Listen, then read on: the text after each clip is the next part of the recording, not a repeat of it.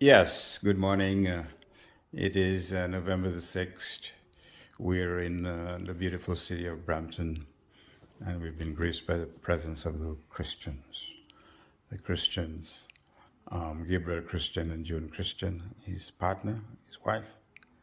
They're here because they attended a function on November 4th at the University of Toronto, in which we celebrated, at the time coincided with Dominica's National Day of Independence, an agreement between Pont Casse Press and the university, in which they have obtained a license to make available to a worldwide audience digital copies of our books published by Pont Casse Press. Gabriel, tell us what you thought about this event. Well, first of all, thank you, Irving. Thank you for taking the time to ask me a few questions. And thank you for having us here at your wonderful home with your beautiful wife, Kathy. And of course, we met your daughters on Friday. Irving, the event on Friday evening was outstanding. It was a groundbreaking event. We do not know it to be the case that the University of Toronto Libraries has engaged any other Caribbean press in such a collaborative.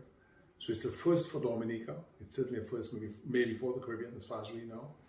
And for our work now to be recognized as valuable by a major university on the world stage and to be inducted or enrolled into what is the largest digital library on earth in any language is a high honor. It does this high honor. And, you know, memory takes me back to when we first became friends. It was in the research section of the Roseau Public Library, which itself was a collaborative between two persons of European descent, the British administrator then Hesketh Bell, and the Scottish-American philanthropist Andrew Carnegie, who donated £1,500 or thereabouts to the forming of that library, which served us well.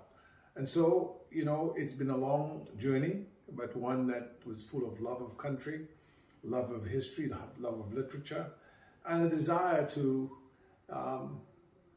pay compliment to both our parents.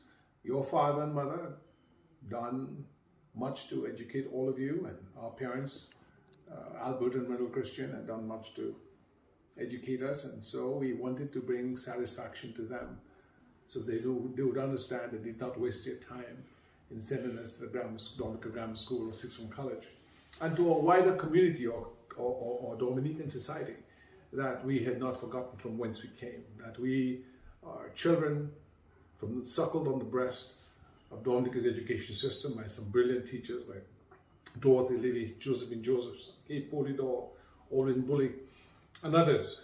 And we wanted to pay tribute to the nation of our birth by recording its history, writing its literature, living a written record of our march as a people through time, as part of the nation-building enterprise. And so Friday represented all of that by the recognition given us, so that that which we had created would now be part of the universal patrimony, that the person in Afghanistan or Ukraine or Kenya or Indonesia, Japan, Korea, could open their phones, open their laptops or their computers and be able to access the world of Dominican literature, world of Dominican history.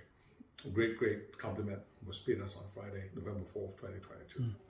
Now, in the audience on Friday, there were a number of persons, resident in Canada, but originally from Dominica. And I certainly know that you interacted with some of these folk both before and after the event. What was your impression as to the views of some of these folk who were present at the function? Great, great pride, great joy, great satisfaction. They felt lifted that our island, our beloved homeland, was being recognized. They each felt part of that victory, part of that success. It was not that we were being honored as Gabriel Christian or Irving Andre and Pont Casse Press. They felt a collective sense of accomplishment because they intuitively knew that all that we had done was to manifest in reality that little bit of genius and creative spirit and innovative capacity that all Dominicans possess, and that we exemplified the best of our community in a way of effort, that the effort we had undertaken over 30 years.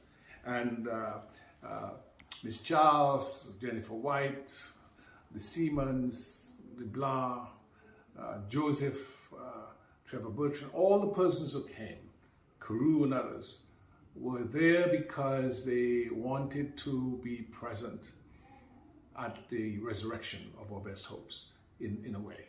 And they all drew some encouragement and some inspiration from what we had done and what was being recognized on that cool Toronto evening.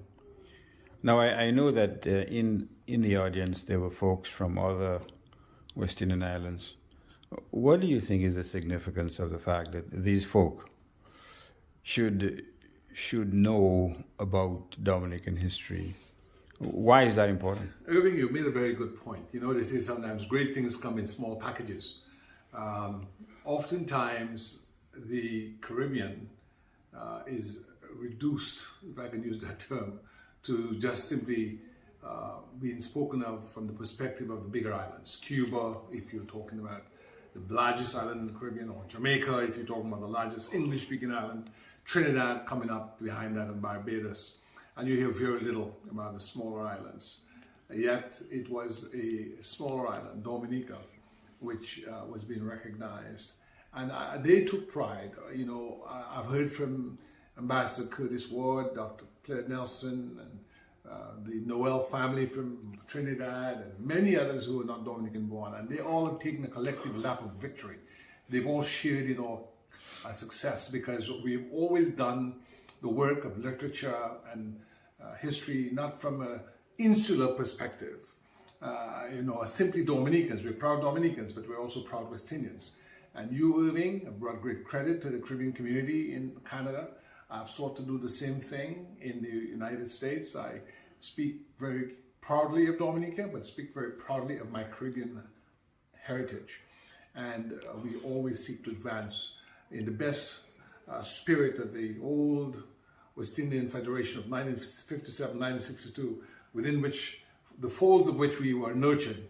We always try to promote the best of the Caribbean at all times, and to be good exemplars of transcendental Caribbean civilization, one that was born of that victory over oppression, the oppression of chattel slavery and colonialism, reaching out and compassing different strands of the human family, those who are European, those who are Asian, those who are African, and the indigenous people coming together to do something meaningful and grand. And so I think the other members of the audience who were not Dominican were as gratified as we were at what happened.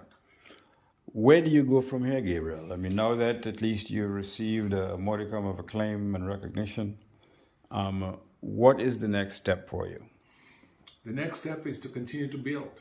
Nation building is a lifetime pursuit. I do not believe that we have the luxury of resting on our laurels. I believe that to those who much has been given, much is required. And you said something very interesting in your portion of this interview series that we did this morning, and that was, when I asked you the question as to what made for our success, you said we had the familial connection. We had a degree of affinity. We also had a belief in the meaningful nature of our relationship, that God somehow had conspired with us to have us be born of decent families who were keen on educational accomplishment, and who nurtured us and who pushed us. We responded to that stimuli and to that impetus by embracing opportunity, by going to school, staying in school, completing our tasks, doing our homework sufficiently so to pass exams. And then when that educational process was over, we got into the professions. You became a Crown attorney. I became a private lawyer in Washington, you here in Toronto area. And when we had a few pennies, instead of chasing after the mirage of materialism and self-aggrandizement, to use your very cute term, we resided in our own financial wherewithal to use your term, mypocket.com as the means to finance our work.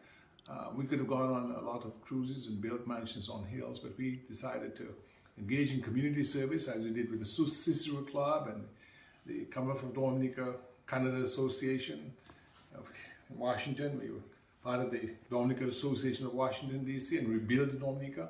So by engaging in community service, by saving our pennies, by using our limited financial resources to do things that were meaningful in gathering our history, in publishing our history, we showed the way that we hope and trust others will follow.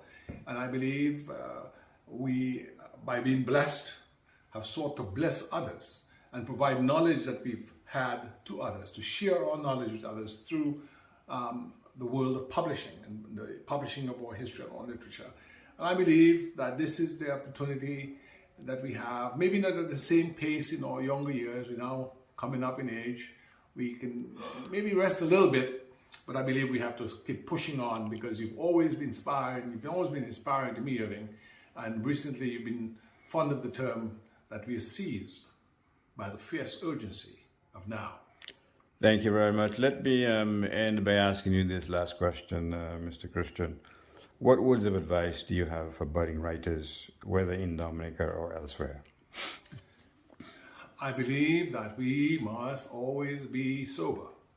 I think we need to stay away from strong drink and other mind-altering substances best we can and organize our thoughts around a keen appreciation. If I may ask you to stick a pin, are you suggesting implicitly or otherwise, based on the words of Shakespeare, that alcohol may stimulate the passion, but it takes away the performance? Is that what you're suggesting? I absolutely believe so. I believe that in our West Indian civilization, in our Caribbean culture, as a nation, Dominica, we tend in recent years towards a certain crass, celebratory, circus-like debauchery that demeans sober reflection.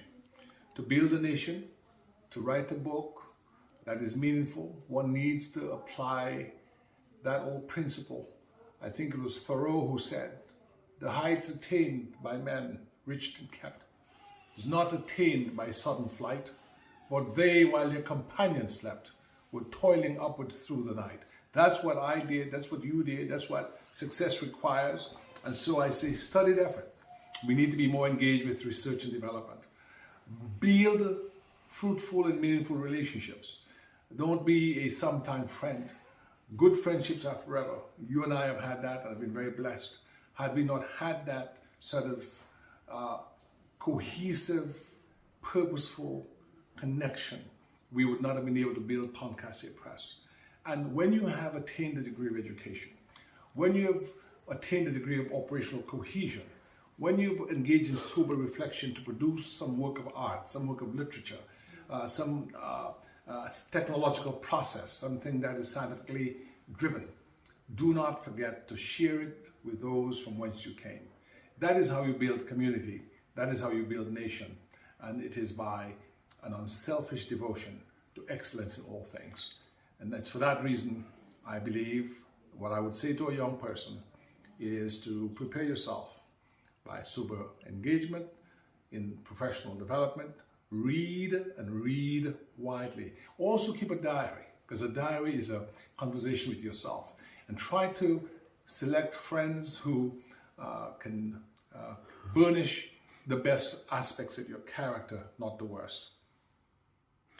Thank you very much, Gabriel Christian. Very well said. And hopefully this will inspire your listener to march on resolutely in terms of achieving their own literary goals. Thank you very much once again. Thank you, and God bless you.